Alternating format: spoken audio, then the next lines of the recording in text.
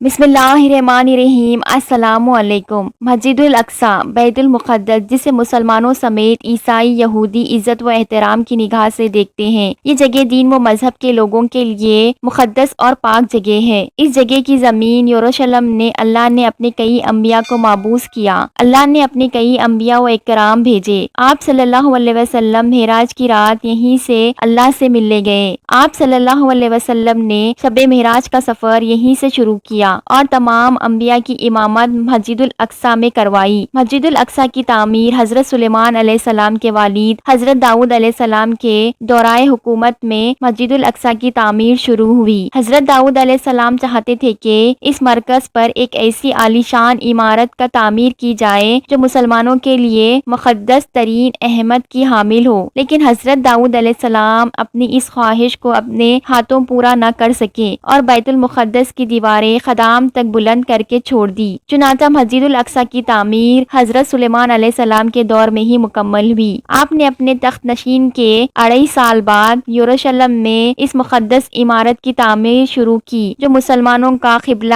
اول تھی۔ حضرت سلیمان علیہ السلام نے انسانوں اور جنوں کو عمارت جلد سے جلد بنانے کا حکم دیا، چنانچہ 1 لاکھ سنگ تریش اس کے تعمیر میں لگ گئے۔ 30,000 افراد پہاڑ سے پتھر تراشتے، 70,000 اونٹیں ان پہاڑوں کو اٹھا کر لاتے، جبکہ دیوا اور جنات کانوں سے یاقوت، فیروز، مرجان، سونا اور چاندنی وغیرہ لاتے۔ اس مسجد کی لمبائی 784 گز اور چوڑائی 455 گز تھی۔ مسجد میں 684 ستون تھی اور 4,000 کے قریب روشنی کی مشعلیں تھیں۔ اس کی صفائی پر 700 صفائی کرنے والے مامور تھے۔ مسجد کے صحن میں ایک حیشت پہلو مقام خطب زہرا کے نام سے ہے، جس میں رسول خدا صلی اللہ علیہ وسلم کے نقش مبارک ظاہر ہے۔ اس مسجد کی تمام زمین پر ایک ایسی بھی جگہ نہیں ہے جس پر پیغمبر نے نماز نہ پڑھی ہو یا کسی فرشتے نے قیام نہ کیا ہو۔ جب حضرت سلیمان علیہ السلام کی وفات کا وقت قریب آیا تو مسجد کی تعمیر مکمل نہیں ہوئی تھی، چنانچہ حضرت سلیمان علیہ السلام نے اللہ تعالیٰ کے حضور عرض کیا، یا رب العزت، ابھی بیت المقدس کی تعمیر مکمل نہیں ہوئی، میرا انتقال کو جنت سے پوشیدہ رکھا جائے تاکہ بیت المقدس کی تعمیر مکمل ہو سکے۔ آپ کی دعا قبول ہوئی۔